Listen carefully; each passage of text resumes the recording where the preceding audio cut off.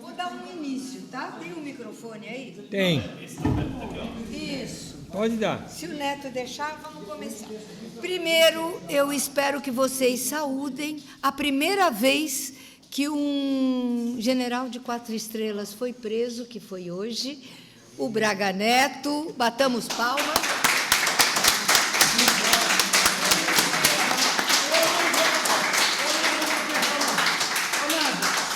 Passo a palavra para o companheiro Sebastião Neto.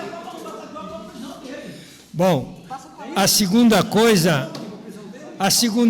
que nós devemos saudar aqui hoje é o sindicato teve uma eleição e praticamente quase 90% dos trabalhadores participaram do processo eleitoral, mostrando que nós estamos no caminho certo, entende?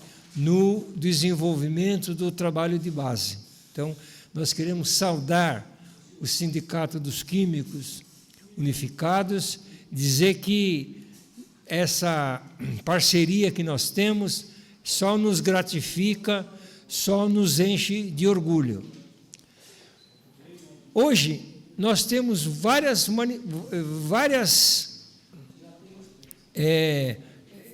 encontros e essa quinzena que se abre, vamos dizer assim, muitos trabalhadores, muitos companheiros estão, vamos dizer assim, convidados para vários lugares, entende? Vários eventos. Então,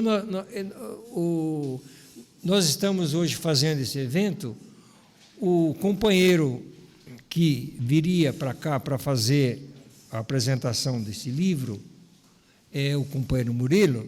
Ele está doente, mas ele resolveu falar com a Pedrina para manter esse encontro, entende?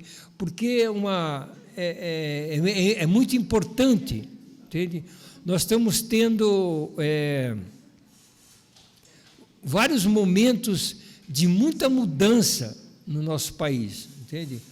E as mudanças, elas acontecem muito que rapidamente. Então, nós não podíamos perder essa oportunidade, entende? De dar prosseguimento à questão da luta dos trabalhadores, né? A luta nas empresas, nas fábricas, né? Mostrar que os trabalhadores continuam se movimentando, os trabalhadores, pelo menos os sindicatos que tiveram um trabalho de base, um trabalho que teve um contato muito, vamos dizer assim, forte com os trabalhadores, entende? Continuam resistindo e continuam no processo de luta, entende? Então, é muito gratificante a gente entender que a luta dos trabalhadores, entende? Continua, vamos dizer assim, não digo em vento em popa, mas continua no processo de resistência, entende? Os sindicatos, pelo menos, vamos dizer assim, se recuperaram, estão se recuperando nesses 2 anos, entende? Tendo, vamos dizer assim, ampliado o seu processo de luta, entende?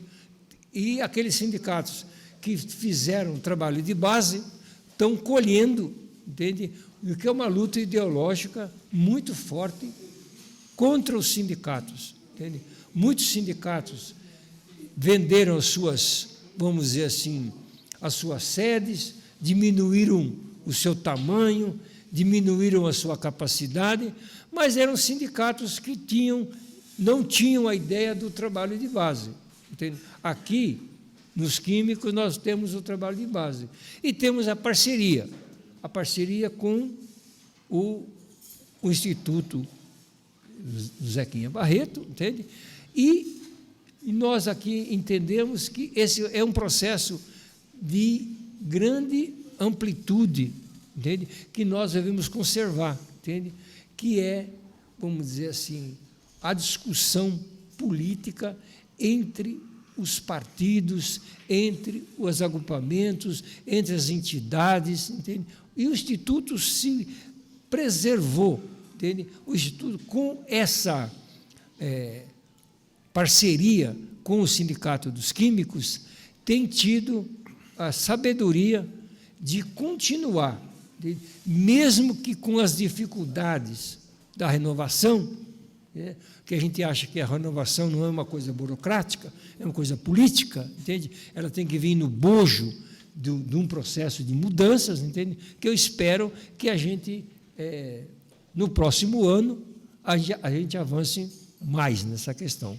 E sem mais delongas, então, o Murilo, entende? Não vindo hoje, nós estamos aqui com um companheiro, Sebastião Neto, entende?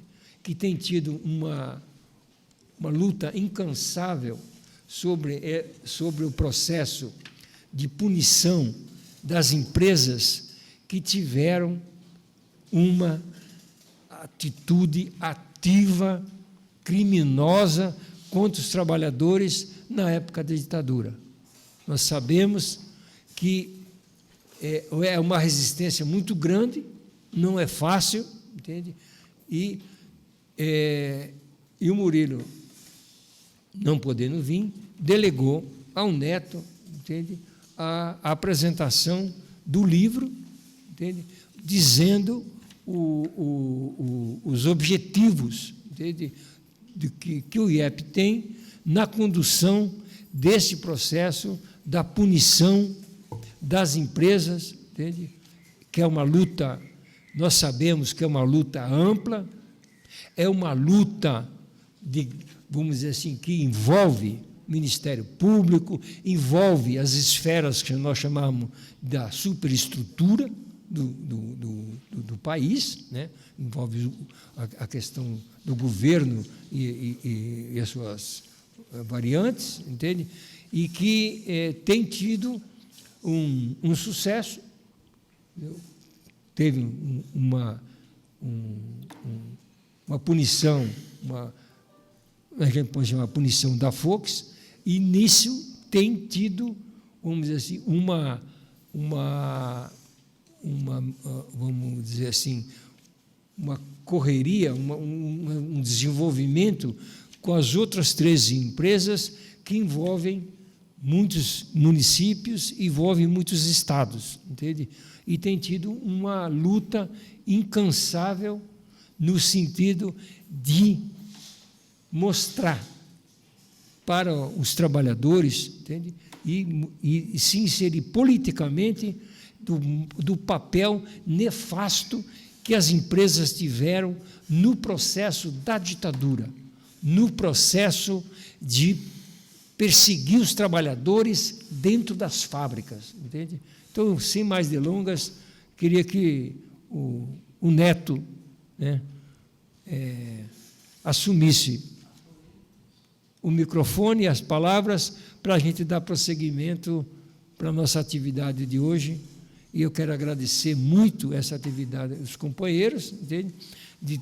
Da gente estar mantendo aqui um instituto e que a gente realmente tende a avançar no processo de uma forma mais ampla com as atividades que nós vamos fazer aqui. Teremos, assim, algumas, vamos dizer, atividades que nós estamos insetando, que é companheiros, eu agora estou me esquecendo até os nomes, a Pedrina pode me lembrar o nome dos outros 2 companheiros que estão para vir aqui. Como é que é o nome deles, companheiro? Que vão fazer o livro? É o Breno, o Marcelo Buzeto e o Breno Altman. Nós estamos trabalhando essa amplitude para fazer um grande debate e ter a ajuda de todos os companheiros que têm, vamos dizer, nos ajudado a fazer o processo de enfrentamento com os trabalhadores, vamos dizer assim, os trabalhadores avançando nesse processo de conquistas. Neto, tem a palavra. Para usar esse microfone aqui, Desculpa. Então, olha, eu estou até sem relógio e sem celular. Que hora é agora? Eu tenho aqui o celular aqui.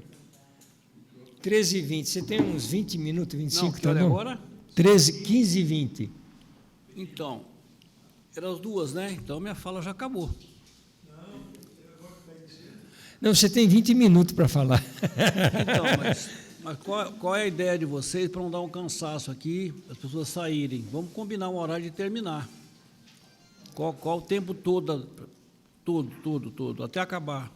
Eu não tenho problema de ficar a hora que vocês falarem, só estou perguntando qual é o horário para a gente poder organizar. 15h20, a gente podia propor 16h30. Daqui 1h10 é razoável. Desculpa? 16h30. Tá bem. Razoável, né? Alguém tem que sair antes das 4h30? Alguém aqui tem que sair antes das 4h30? Por qualquer razão, não precisa explicar. Tá bom, só uma, né? Então, primeira coisa, a Michele vai dar um papelzinho para vocês de uma cor. E vai ficar com um papel de outra cor. Presta atenção, meninas, senão você não vai entender o sorteio. A Michele, cada vez que eu for interrompido, eu vou repetir o que eu vou falar. A Michele vai dar um papel de uma cor para vocês, que é um sorteio, esse material que está no canto ali, ó, a gente vai sortear. Eu não vou falar do trabalho do IEP. Ali tem alguns materiais que tem a ver. Eu acho que tem uns 10 brindes ali, 10, 11 ou 12. Então, bastante gente vai ganhar hoje. Então, ela vai dar um papel de uma cor, acho que é o rosa para vocês, o azul aqui, ao contrário. Quem for menino ganha um, quem for menina ganha outro. Não tem problema, não. Depois, o Murilo é uma pessoa que vocês já conhecem, como autor, inclusive já lançou até o livro das eleições dele aqui, nem lançou em São Paulo, brinco com ele que ele é mais osasquense que é São Paulino, né?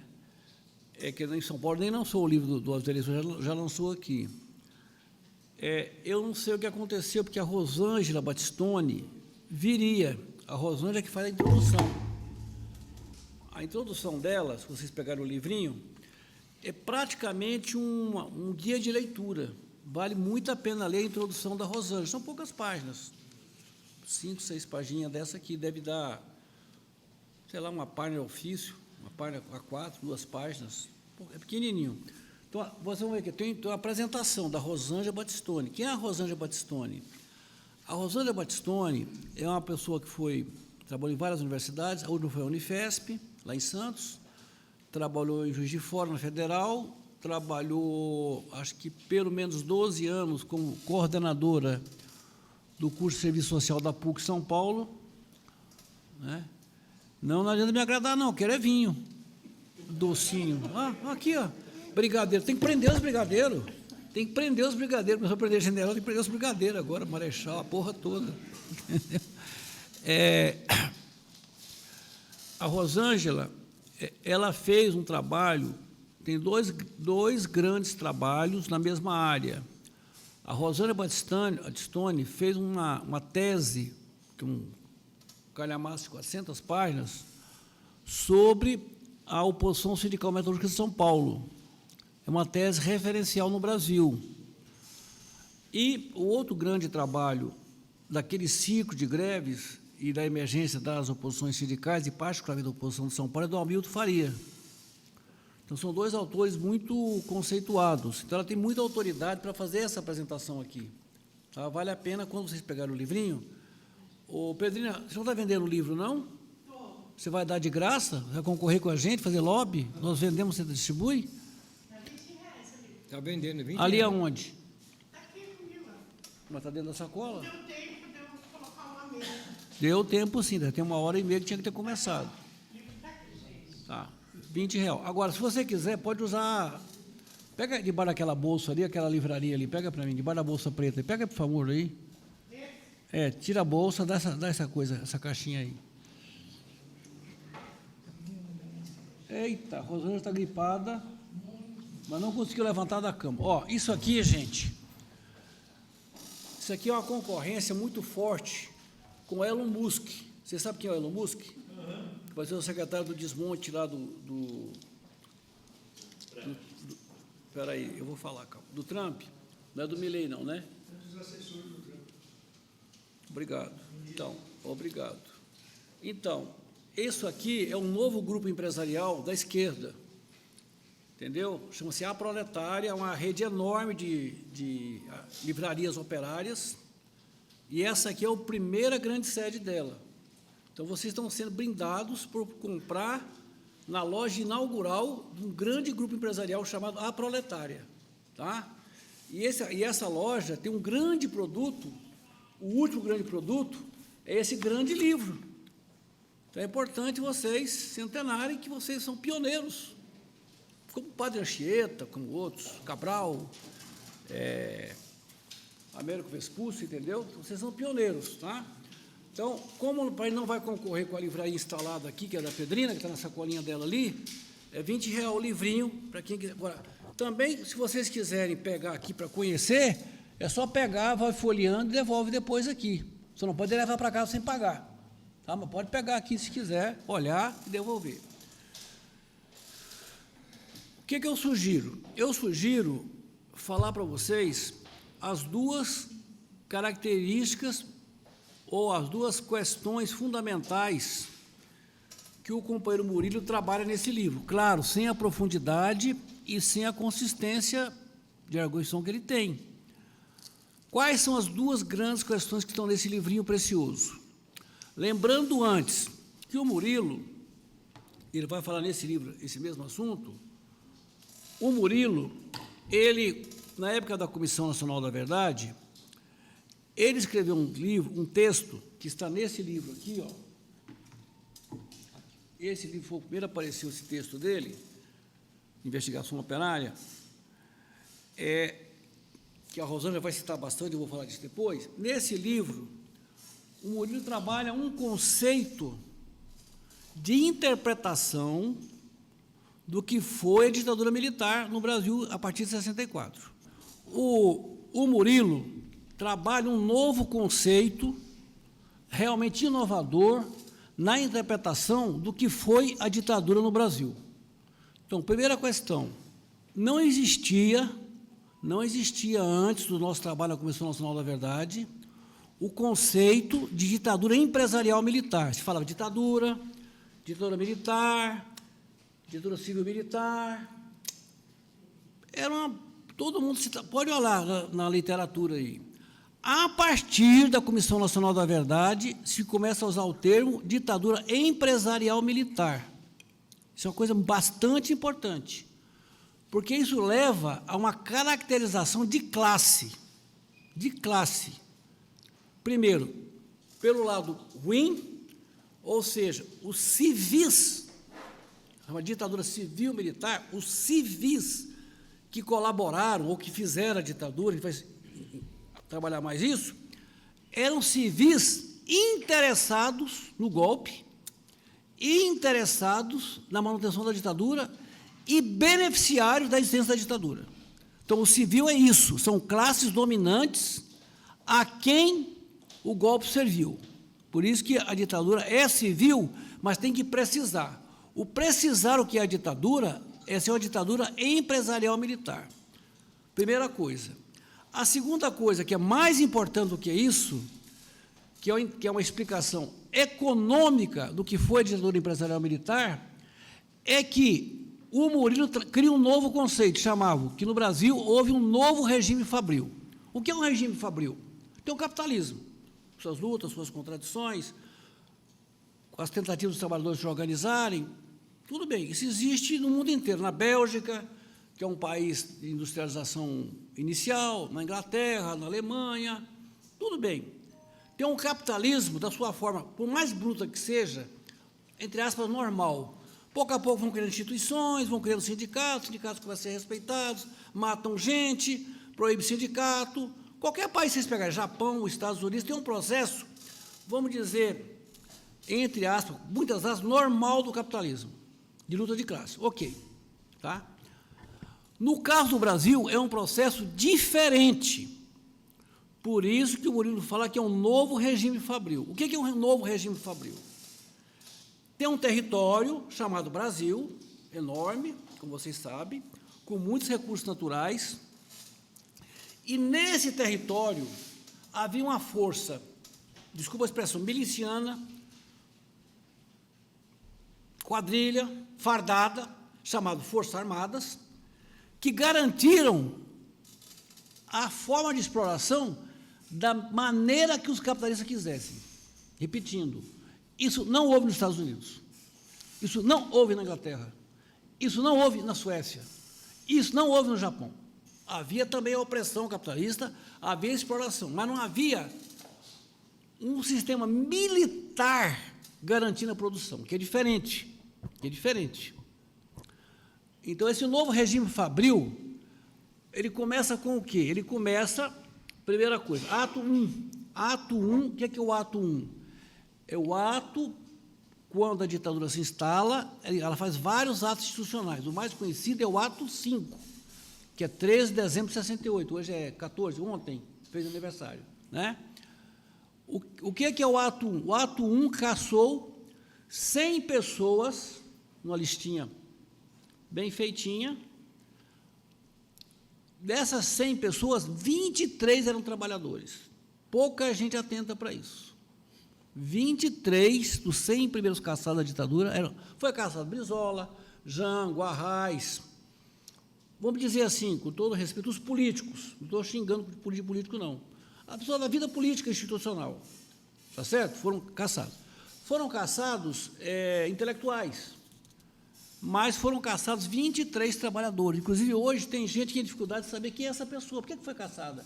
Aí você vai ver, era o companheiro da Federação Nacional dos Ferroviários, vai ver dos portuários, ou seja, as principais lideranças sindicais.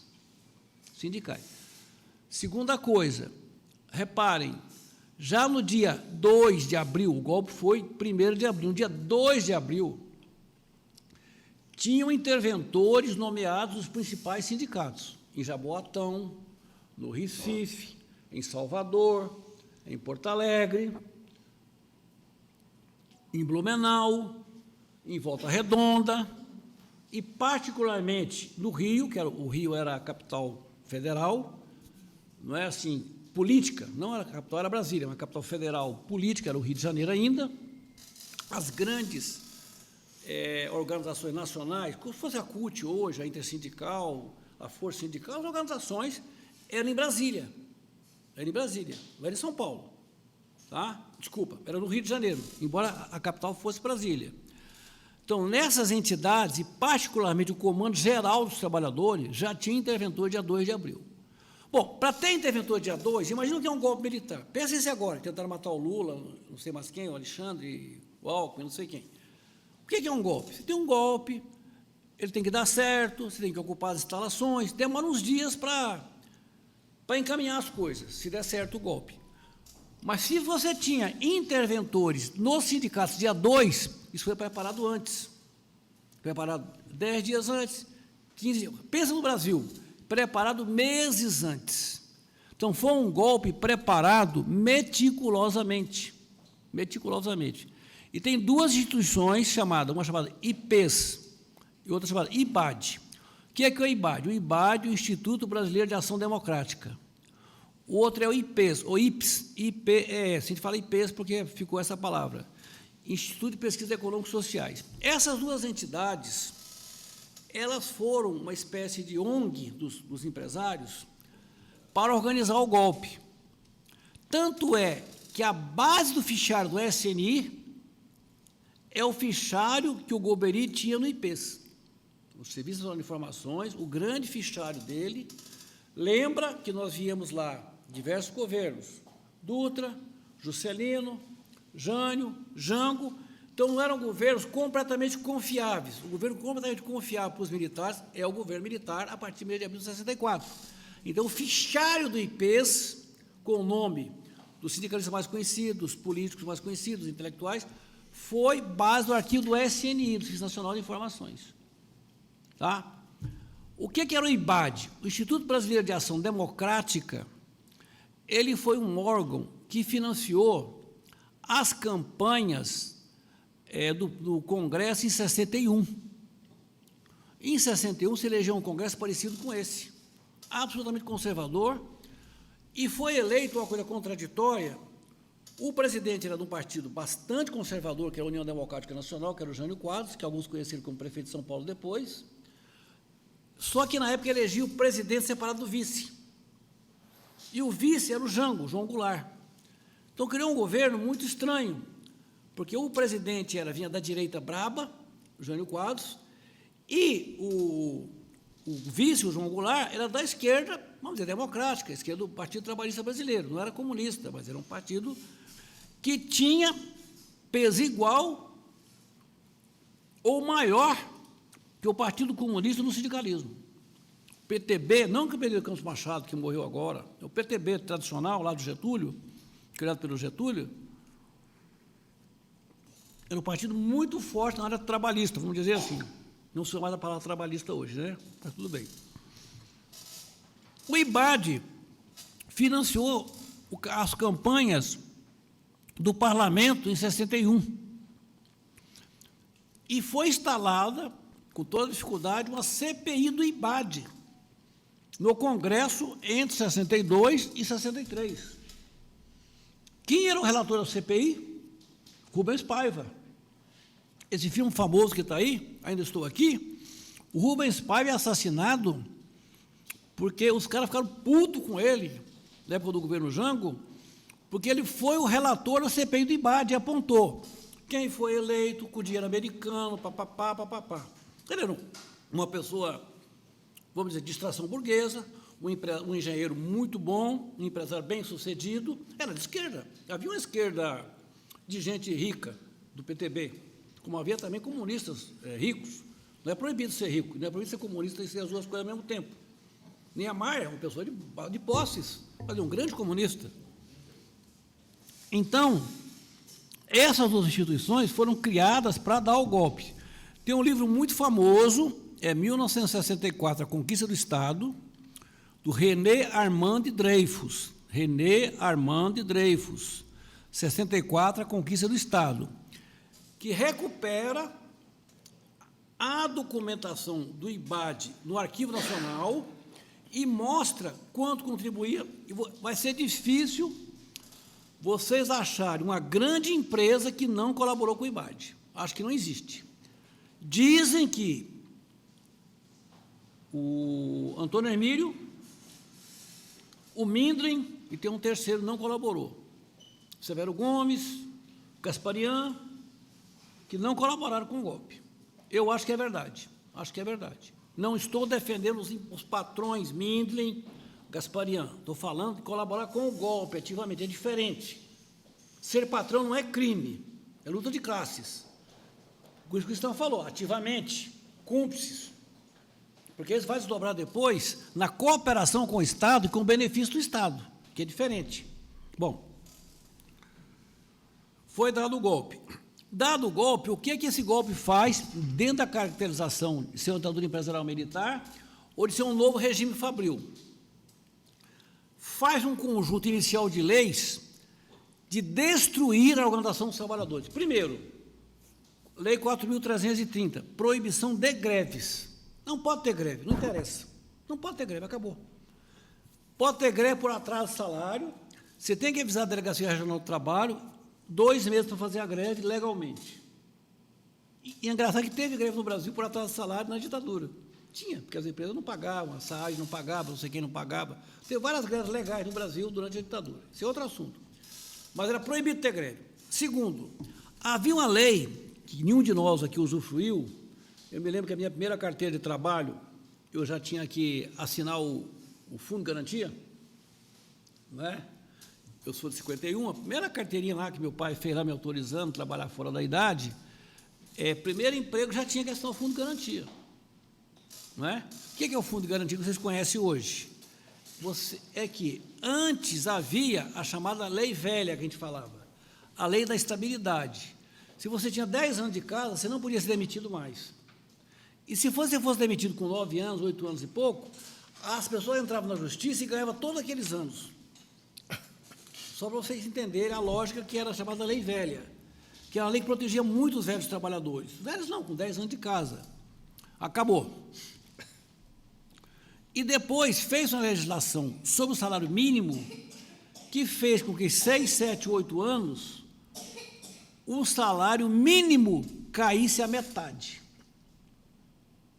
O salário mínimo é importante? É a discussão de hoje, do pacote do Lula agora, aí, do Haddad, essa discussão hoje. O problema com o salário mínimo, ele é indexador da Previdência.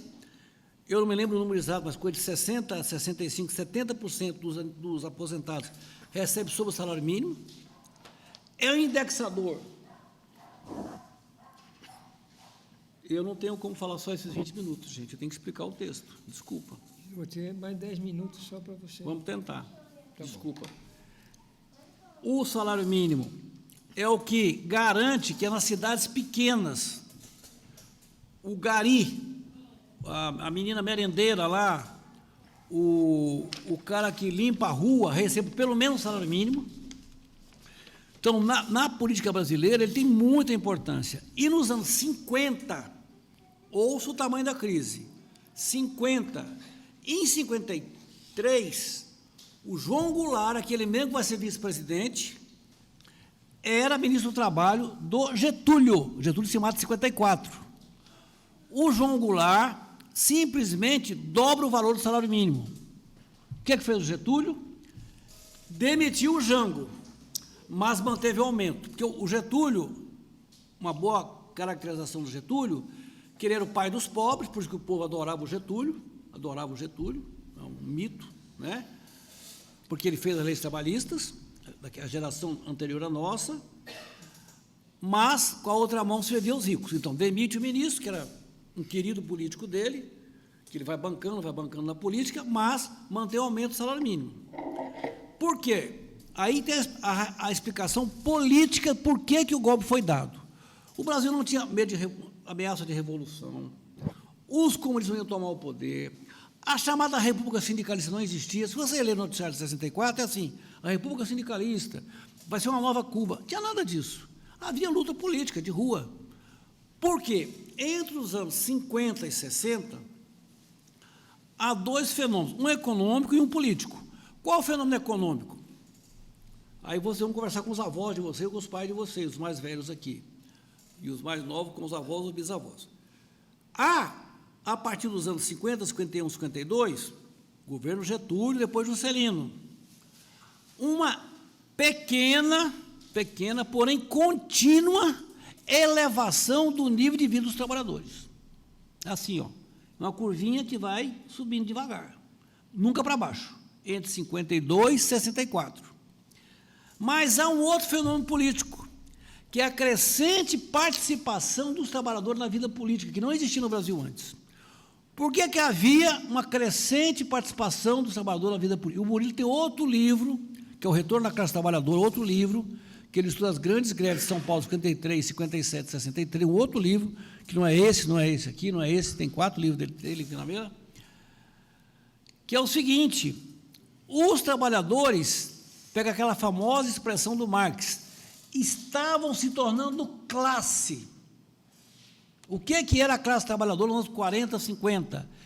Era um amontoado de pessoas migrantes que vieram da roça. Osasco é isso, Osasco é exatamente isso, que vão morar não sei aonde, que pegam um lote não sei como, que faz um cômodo de cozinha, e vai lendo, não tem água, não tem ônibus, aquela coisa toda. Essa era a nossa classe trabalhadora nos anos 40, 50. Essa classe foi se estruturando com o fim da ditadura do Vargas, em 45, a Constituinte, a legalização do PCB, a criação de uma central sindical, em um ano foi tudo caçado, esse é outro assunto.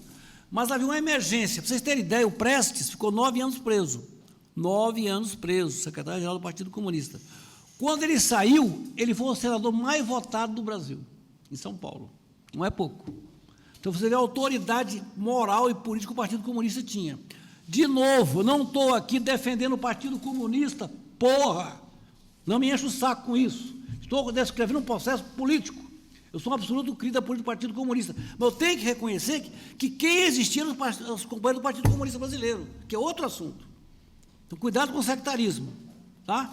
Bom, esse processo, quando chega, greve 57 aqui, Greve pelo 13º de 63. Quem diz a greve de 63? O Comando Geral dos Trabalhadores. Então, o 13º é uma conquista de greve nacional coordenada pelo Comando Geral dos Trabalhadores, que não era uma central, que era proibida ainda. O Brasil nunca teve permissão de existir uma central sindical, nunca.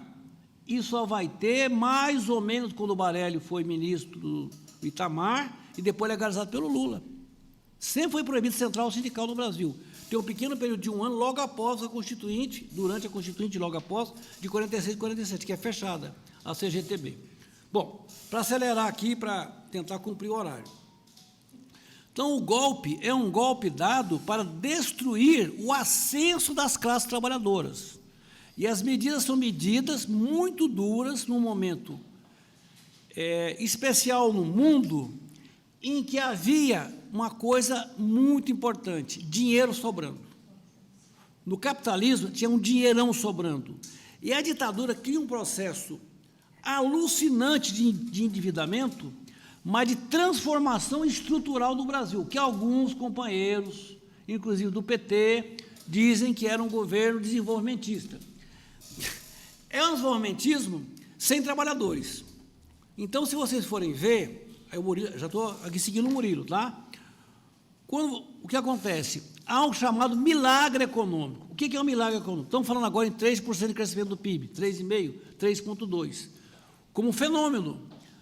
Na época do regime militar, cresceu 7%, 8%, 9%, 11%, 13% ao ano.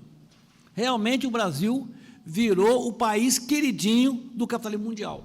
Havia dinheiro em abundância, os militares fizeram um sistema zero para os trabalhadores, hora extra, Brasil campeão mundial de assistência de trabalho, e com muita grana, fazem muita loucura. Fazem Itaipu, tentam fazer a Transamazônica, modificam a estrutura dos portos, reformulam o correio, criam um sistema telefônico nacional. Quem morou no interior, que sabe, nos anos 60, você pedia uma ligação interurbana e ficava esperando 2, 3 horas para completar a ligação.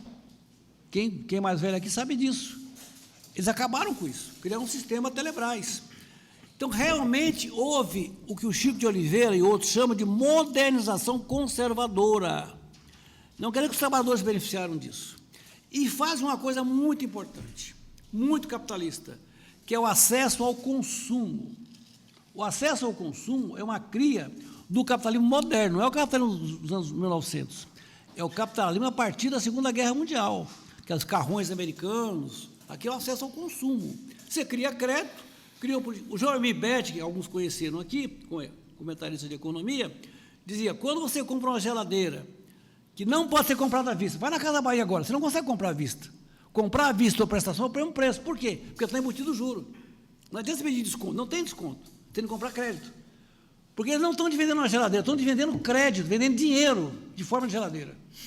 O Jeremy Bett falava isso na década de 60, 70. Você não comprou uma geladeira, você comprou dinheiro, está pagando caro por esse dinheiro. Tá? Mas qual é o problema? Você tem um processo de acesso das classes populares, inclusive nossos trabalhadores, ao consumo. Então aparece a televisão, depois a TV a cores, os eletrodomésticos, e a nossa vida muda completamente. Tem um texto do tio da Zé, João Manuel Cardoso de Mello, que é Capitalismo e Sociabilidade Moderna. Tem que estudar esse texto. Como o fenômeno de urbanização do Brasil, em 1930, gente, 70% dos trabalhadores moravam na roça, no campo, 30% na cidade. Em 1970, vou tentar, 5 minutos, tá bom. Em 1970, 70% morava na cidade, 30% no campo. Sabe o que é o nome disso? Periferia, vida fodida. É as pessoas jogadas na periferia de Recife, de Salvador, de Porto Alegre, e particularmente de São Paulo, Belo Horizonte, as grandes cidades. Essa periferia nossa é resultado de uma expulsão do campo. É a nossa revolução industrial de mão de obra barata para o regime empresarial militar. Nós somos filhos e netos disso, ou próprios participantes. O que era Osasco? Osasco era uma cidade, era um bairro que virou uma cidade de fábricas. E chegar a instalar, o peão morava ali perto, e vocês têm que imaginar que até 66, pelo menos, a Cobrasa, aquela grande empresa daqui, não tinha mesa para comer, bancada para comer, não é restaurante, não é refeitório, não tem lugar para comer. Pergunta os netos do Roque.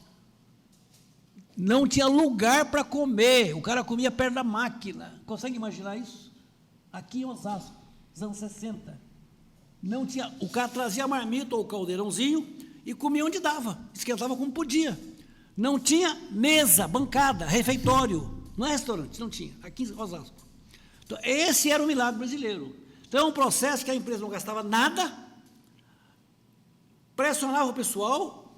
O Brasil, campeão mundial de desempenho de trabalho, como eu já falei, que vai obrigar uma intervenção da OIT, e toda aquela epidemia que tem nos anos 70, 2, 5, 6, de companheiros que fizeram curso para trabalhar como na área de segurança do trabalho, vem daí, obrigação internacional. Bom, essa é a primeira parte do livro do Murilo. Qual é a segunda parte? E fica uma pergunta para vocês aqui. Olha só. AI-5, 3 de dezembro de 68. Governo Médici, foi seguido, não foi? Médici. Depois, Geisel. O que foram esses governos? Foram os governos, que hoje está aprovado por documento, que autorizaram a liquidação de uma por uma das organizações políticas do Brasil. Primeiro, liquidaram os companheiros da luta armada, diversas organizações, VPR, VAR, a LN, todos que tinham, MG3, tudo foi liquidado fisicamente, ou preso. Depois, todas as organizações políticas, como a Ação Popular, a Política Operária, o POR, o POC, o APOLOP, tudo foi liquidado, desbaratado, liquidado. Sobrou quem? Duas, o PCB e o PCdoB. Então, hoje já se sabe, também aqui na Boate Querosene, tem a ver com a morte aqui em Barueri, com os 12 companheiros do Comitê Central do PCB que foram mortos. E agora saiu o livro do Marcelo Godoy, Cachorros, explicando como que eles corromperam um companheiro do Partido Comunista, o Severino, que foi um agente infiltrado, secretário do Prestes em Moscou, que entregou toda a direção do Partido Comunista. Isso é uma operação radar. Tem um livro famoso, saiu agora, Cachorros, tem que ler, custa R$150, eu não comprei, mas tenho lido muita coisa sobre o livro e várias entrevistas. Procura na internet, Cachorro Marcelo Godoy. Tem com o Beno Altman, tem com 247, é maravilhoso. Tem com a Idelgar de Anjos. Leia essa entrevista dele, é impressionante a história. Liquidaram o PCB. E em 76, em dezembro, agora, hoje é 14, dia 16, se não me engano, depois da manhã, liquidaram o Comitê Central do PCdoB. Então, as duas organizações que sobraram, que não era nem da luta armada, nem era a esquerda, vamos dizer, antirreformista, essas que eu citei antes, o POC, o PORT, a POLOP, etc. e tal, que eram duas organizações que tendiam o PCB e o PCdoB a fazer uma espécie de uma transição negociada a partir do que o Geisel falou, uma transição lenta, gradual e segura. E nós, o Stan viveu isso, eu vivi, a Nádia viveu, o Roque viveu, o Roque estava no exterior, mas sabe o que é? Nós enfrentamos a política do Partido Comunista Brasileiro aqui no Movimento Operário em São Paulo, que defendia não fazer greves para não perturbar a transição. Então, quando o companheiro Lula, em 77, que o pontapé disso é o companheiro Lula, denuncia um relatório que saiu na Folha de São Paulo, de um relatório do Banco Mundial, que nós tínhamos sido garfados em 73, em 33,7% da inflação, que vai desencadear as greves de 78, Scania, depois São Paulo, Toshiba, Osasco, todo mundo conhece a história das greves. Quem quiser conhecer o ciclo das greves, tem que pegar o trabalho do Zé Sérgio Leite Lopes, o Murilo participou, tá? Ganhou o Prêmio Ampox 2020. Por que eles explicam por que o Brasil, entre 78 e 80, tem o maior, presta atenção, o maior ciclo de greve da história mundial.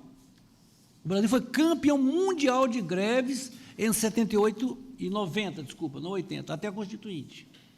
A partir da Constituinte, que é uma grande conquista, nós começamos a jogar na defesa. O que o Murilo explica na segunda parte desse livrinho maravilhoso aqui? Ele diz como é que tinha um governo que matou todo mundo, até 76 estava matando, e em 70 explode as greves. Aí eles estão aqui, ó, tem um autor que ele cita, que é Tarrow, T-A-R-R-O-W, procurem aqui no livro, Tarrow, que é o suporte teórico do Murilo, Tarrow, T-A-R-R-O-W, ele explica aqui. Esse é um cara que estudou, um sociólogo inglês, se não me engano, que estudou por que a situação social pode mudar drasticamente. Mas no Brasil foi uma mudança drástica. Nós estávamos fodidos, sem ter para onde correr, gente morta, gente presa, clandestinidade, e de repente irrompe as greves. Mas antes de irromper as greves, teve uma grande derrota da Arena, que era o partido do governo, em 74. E depois outra grande derrota em 78. Então, isso é a parte política. Então, a sociedade estava se mexendo.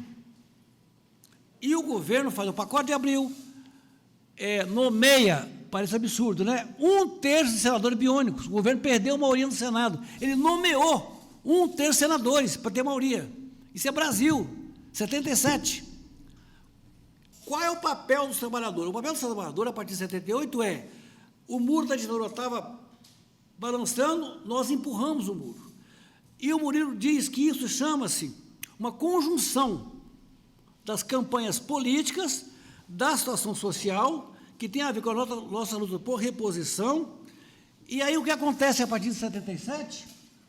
A emergência do momento custo de vida, a emergência da luta pela saúde, da água. Aqui, os movimentos que tiveram, pega as senhoras mais velhas aqui, Jardim de Abril, Vila Holanda, conversa com o pessoal que gravou para os sindicatos de Osasco para 2008, a Santina, o trabalho incrível de bairros que houve em Osasco. Hein? Oi?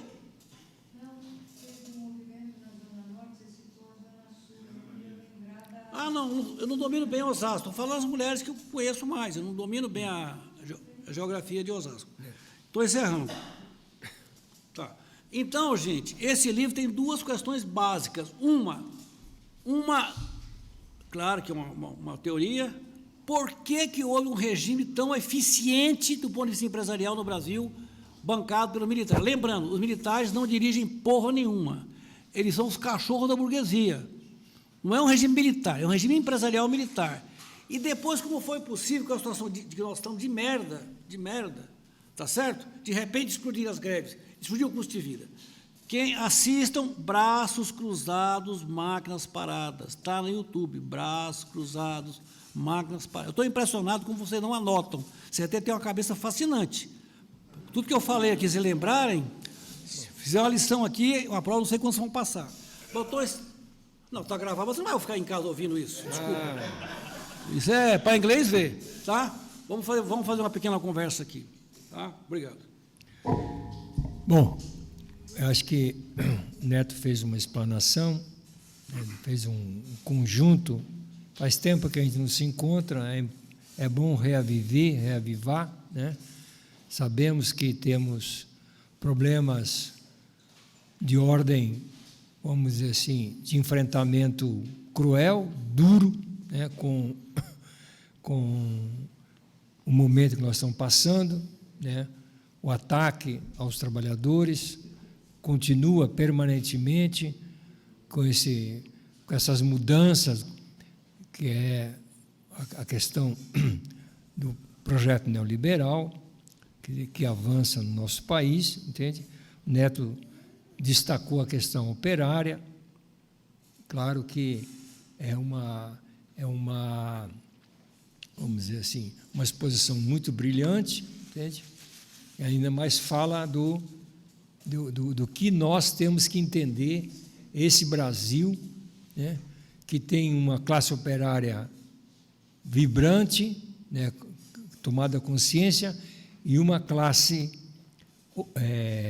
camponesa praticamente massacrada e que a gente não conseguiu fazer, entende, esse processo avançar, porque a gente sabe que não dá para avançar só os trabalhadores, entende? E essa é uma discussão política que o Instituto aqui tem, vamos dizer assim, vai trabalhar essas questões todas para entender o papel dos trabalhadores no seu conjunto, né, os seus trabalhadores da cidade, os seus trabalhadores da indústria e os seus trabalhadores do campo, né, que a gente sabe que uma revolução não acontece se não tiver esse processo todo combinado. O Galileu Galilei tem uma peça com ele, sobre ele, do Bertolt Brecht. E ele tem uma cena muito famosa, que é citada por todo mundo, que o Brecht fala, que é o Épur se move, no entanto, se move. Ele é obrigado a declarar que a Terra não se movia, que a Terra estava parada, que a Igreja queria assim, a Igreja Católica da época, e dizem que ele, para se livrar da fogueira, da Inquisição, ao sair falava baixinho, e, no entanto, se move.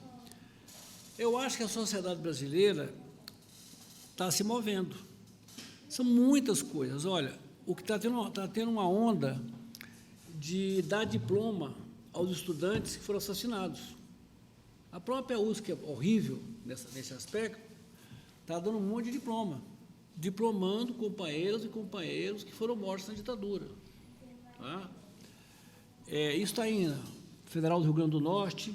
No Pará tem uma campanha para tirar o nome do passarinho que foi homenageado, que foi um coronel que foi ministro do Trabalho que interveio na greve aqui. Há uma movimentação, e é engraçado, porque os governos do PT não fizeram nada para isso. Nada, nada, nada. Você sabe que quando você multiplica nada por nada, dá nada. Então, não tem onde pegar para multiplicar. A Comissão Nacional da Verdade, ele existiu porque o Brasil, o Estado brasileiro, não o governo brasileiro, o Estado brasileiro foi condenado na Corte Interamericana por não explicar o destino dos corpos dos companheiros assassinados no Araguaia, do PCdoB. É uma condenação do Estado brasileiro. E para ressarcir, para fazer um termo de ajustamento de conduta, o Estado brasileiro fez um acordo para criar a Comissão Nacional da Verdade. E agora, a volta da Comissão de Mortos Desaparecidos, que o Bolsonaro acabou com ela e agora o governo Lula reinstalou, também para não sofrer outra condenação da Corte Interamericana. Ou seja, o Estado brasileiro e os nossos governos não fizeram nada. Então, as coisas caminharam, claro que o governo também não foi contra nós, mas não fez nada para ajudar. Por isso que nessa questão das empresas, aqui, ó, nós não esperamos nada do governo, nada, e não pedimos. Não pedimos e não esperamos. Então, não tem problema entre nós. Estamos bem, tranquilo, deixa a gente brigar. Não atrapalha, tá bom. Deixa a briga rolar no boteco, aí não, a gente se entende aqui. Quem saiu vivo, saiu vivo, beleza. O caso Volkswagen foi 2015, quando nós montamos o inquérito, e tivemos habilidade, atenção com o sectarismo, quem é bom, quem é pelego. Nós tivemos assinatura das 10 centrais sindicais. E muitas centrais revolucionárias ajudaram menos que as centrais pelegas. Isso eu falo para quem quisesse que você conferir. Quem ajudou e quem não ajudou de verdade a gente, no trabalho. Então, o revolucionário de boca para mim não diz porra nenhuma, eu quero saber quem faz as coisas. Tá? E eu sou a testemunha viva disso e tenho os números. Mas o que importa agora, você receber esse papelzinho aqui, ó. O que é isso aqui? Sexta-feira foi criada uma associação, o Roque estava lá, o Stan estava lá, uma associação de ativistas por reparação. É muito importante que vocês conscientes entrem nisso, que os sindicatos assinem e que ajudem politicamente, ajudem financeiramente. Nós estamos juntando os melhores juristas do Brasil para dar apoio, inclusive ao caso Cobrasma aqui. O Sindicato de Osasco tem tido atitude muito boa, mas não tem um advogado que entenda justiça e transição. Ninguém tem, porque é uma cultura que não existe no Brasil.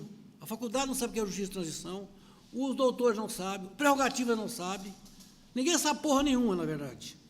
É um pequeno grupo que está se matando por causa disso. E tem muitos bons advogados que estavam lá. Veja os vídeos que a gente está mandando essa semana. Mandamos 4 vídeos já, vou mandar mais uma semana que vem.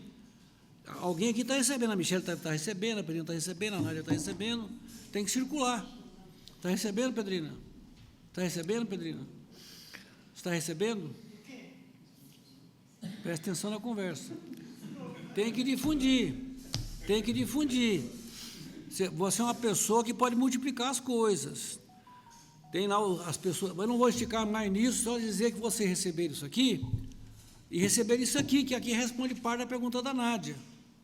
Essas empresas aqui, gente, não são as únicas que colaboraram com a ditadura. Foi que nós conseguimos montar a documentação. E essa lista não é nossa, é do Ministério Público. Eles que dizem quem tem que pesquisar. O IEP até hoje não recebeu e não pediu um centavo de ninguém. Presta atenção.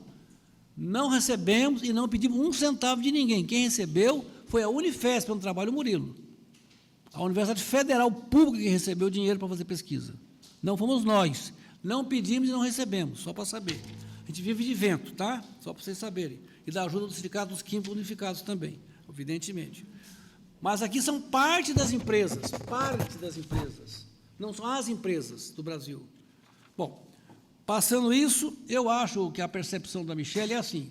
Vocês têm que lembrar que, numa eleição, o Delfim Neto foi o federal mais votado em São Paulo. Noutra eleição foi o Lula. Então, quem está aí no cinema, Michele, de 12 milhões de pessoas em São Paulo, são 400 mil, 300 mil, 500 mil que vão ao cinema, 200 mil. E quem vai com o Bolsonaro na Paulista são também parte dos 12 milhões. Então, para mim, isso não diz muita coisa. Nós que temos que motivar as pessoas para que se animem a lutar. Eu acho que está tendo muita coisa. O que está acontecendo na periferia de luau, de poesia, é uma coisa maravilhosa que está acontecendo. A gente não tem percepção de se juntar com essas pessoas, eu acho. Mas tudo bem, vamos lá. A outra coisa é o seguinte, o companheiro falou aí, o companheiro ferroviário falou da lei dos nomeados. Realmente, a lei dizia, município de área de fronteira era prefeito nomeado, capitais dos estados nomeados, governadores nomeados. Tá certo? Então, o Brasil teve uma eleição em 61, depois, 2 governadores tidos como oposição, que não eram o Negrão de Lima, que era um bosta, que é o do assassinato do Edson Luiz, em 68, e o Israel Pinheiro, que é o engenheiro que roubou para caralho na construção de Brasília, que era o cara de confiança do Juscelino, os 2 foram eleitos em Minas e Rio. Isso era chamado oposição, que nem era oposição, era um cara do regime. Mas o regime, prevendo que o Juscelino ganharia, o Juscelino, que é um político burguês, ganharia as eleições de 65, cancelou as eleições de 65. Então, é um governo que controlou tudo da sociedade. Quem é mais velho lembra, a PM parava a gente, na época estava chegando o jeans, a calça ali, a Levi's, não sei o quê, o cara jogava uma laranja dentro, se não passasse, era calça de viado. Então, era proibido ser viado. Que porra é essa de calça de viado, apertadinha na bunda, aparecendo o pau aí? Que porra é essa, rapaz? Vai vestir roupa de homem. Os negros, que na época tinham os black, a polícia emitiu aquela lanternona que eles punham para fora do carro, via aquela auréola com o cabelo dele ali, esse cara descia, revistava, porque o carro tinha que ter maconha, tinha que achar uma maconha dentro do carro, porque tinha um preto dentro do carro com cabelo black. Uma coisa não tem nada a ver com a outra. Isso era uma coisa. Então, é uma sociedade controlada, dominada, os costumes, entendeu? Coisa ingênua da Ritaria proibida. Odair José, para tomar pílula, imagina o nível que os caras chegaram a isso. Essa sociedade foi seduzida pelo consumo, preste atenção. Quem assistiu a Copa de 70 sabe que foi euforia no Brasil. E a porra do Médici ainda conseguiu acertar o placar final. 4-1 Brasil e Itália. Ninguém achava que o Brasil ganhava da Itália de 4-1. Podia ganhar a Copa, que é diferente, nós estávamos torcendo, a puta da seleção. Mas quando ganhou, o Médici falou, vai ser 4-1 para o Brasil. Tem um monte de teoria especulatória, o Brasil comprou porra nenhuma, os caras jogaram bola para caralho. Mas o povo adorava a seleção e adorava pela ótica da ditadura, 80 milhões em ação, para frente Brasil, salve a seleção. Eu assistia uma padaria lá em Sapopemba e ficava quieto, porque o povo com aquela euforia, os peões, meus amigos, tudo eufórico. Então, havia emprego, havia pleno emprego no Brasil na ditadura nos anos do milagre. Sabe o que é pleno emprego? Não tem problema de arrumar emprego. É 2%. Havia. Negar isso é burrice de análise. Havia. Agora, as condições de trabalho eram horripilantes, era obrigado a fazer horas, o caralho, assistente de trabalho. Não vou esticar. Tem um historiador que eu não gosto, que é o Carlos Fico. Ele terminou um livro agora explicando como nunca, procura na internet aí, ninguém está anotando, é Carlos Fico. Um livro agora explicando como nunca os militares foram punidos. A primeira grande insubordinação militar no Brasil chama-se Decretação da República. A porra do Marechal Deodoro era amigo íntimo do Dom Pedro, tá certo? Quando a água bateu na bunda, ele falou, Dom Pedro, sinto muito, mas você vai para o vinagre, tá certo? E proclamou a República, sem povo. Foi o primeiro golpe militar, a rigor, uma insubordinação militar. Depois tudo eu não vou repetir agora, porque o tempo é pequeno. Então, talvez, se for até o final, essa prisão do Braga Neto, não sei mais quem, seja um rompimento do marco do Brasil. E num governo que não faz grandes coisas para isso. Mas eu acho que a teoria do, se posso dar um palpite, do Dino está certo. O Dino, quando a Ministra da Justiça, falou, nós vamos pesquisar um por um e vamos pegar um por um. Eu acho que está acontecendo isso. Com calma, sem assodamento, sem falsa acusação, porque a direita também tem tão bons advogados quanto o Lula. Se tem um erro jurídico, perde no tapetão. Bom, eu queria encerrar dizendo o seguinte, há uma gravação feita na casa do Groff, Padre Luiz, Tigrão, João Joaquim, João Batista Cândido, está faltando um aí. O companheiro esse, que foi demitido o teu pai lá, da Comissão da Verdade aqui, o advogado que demitiu o teu pai. Não, advogado.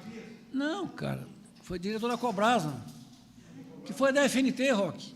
Albertino estava na reunião, que depois ficou nosso, ganhamos ele, né? Ele ganhou, sim, não é isso? Nessa reunião, há uma reconstituição da greve da Cobrasa, nós temos isso gravado, é um filme inédito. Foi feito em setembro, o Groff morreu em fevereiro. Eu acho, gente, que tem um personagem pouco conhecido em Osasco, chama-se João Batista Cândido.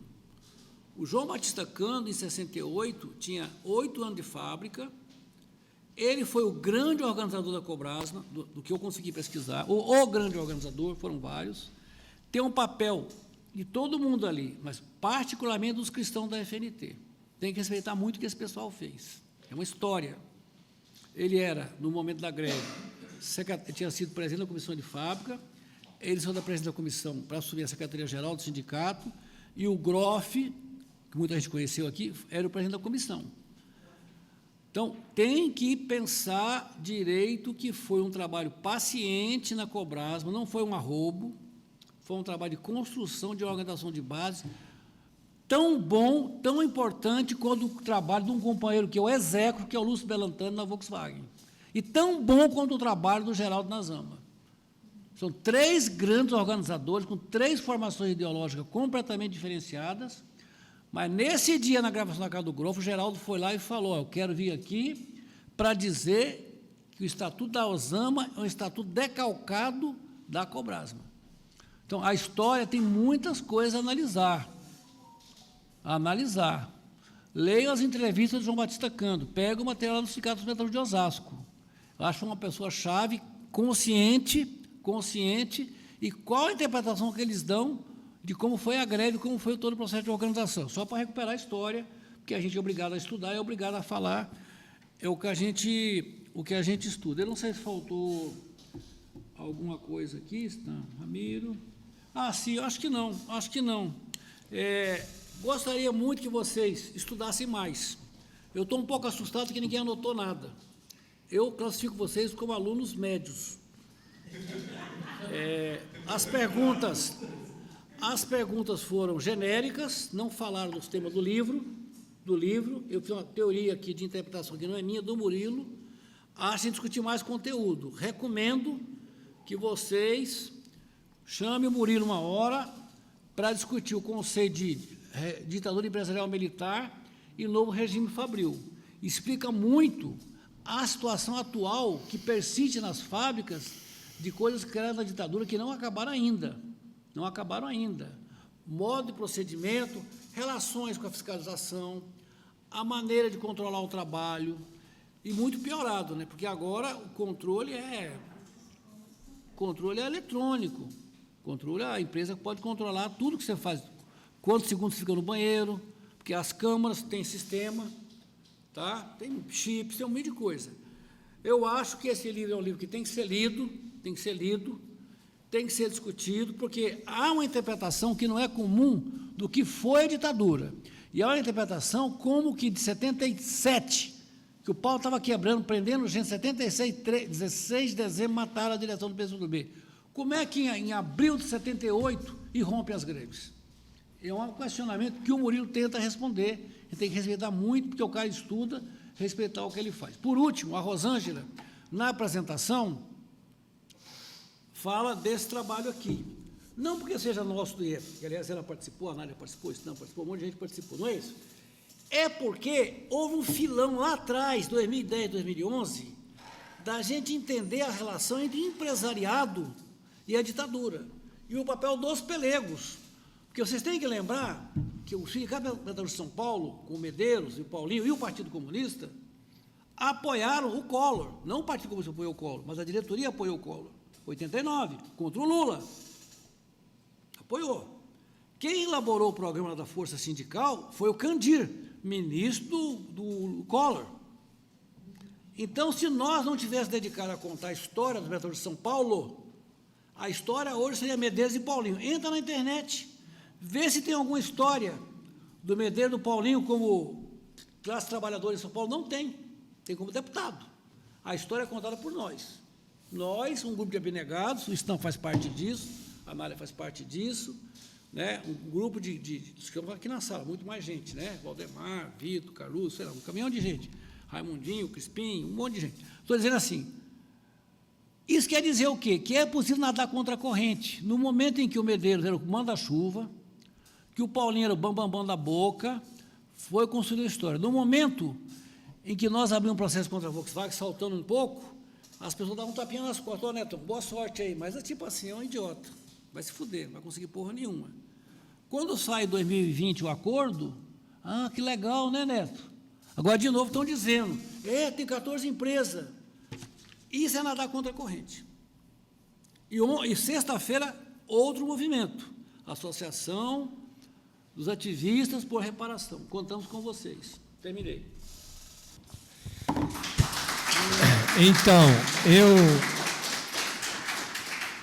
eu cometi assim, um deslize. Quer dizer, nós temos uma parceria com o Sindicato dos Químicos, mas nós também temos uma contribuição, por exemplo, os associados, mesmo que não seja regular, mas nós temos uma contribuição dos companheiros que participam aqui do Instituto. Nós temos uma contribuição mensal também, não é só o sindicato é a nossa base, quer dizer, a sustentação, mas nós também temos uma contribuição dos companheiros também que participam do Instituto, uma contribuição modesta, mas é uma contribuição pedagógica, educativa, entende? Que a gente acha que, com o desenrolar das coisas, os trabalhadores que quiserem fazer as suas entidades terão que sustentá-la, entende? Esse é o novo lema do enfrentamento com o processo neoliberal, com o capitalismo, com o imperialismo e com as formas de dominação de desacreditar nos trabalhadores e na sua capacidade de resistir, ajudando a financiar as entidades que realmente estão do lado dos trabalhadores. Era isso que eu queria dizer. Muito obrigado.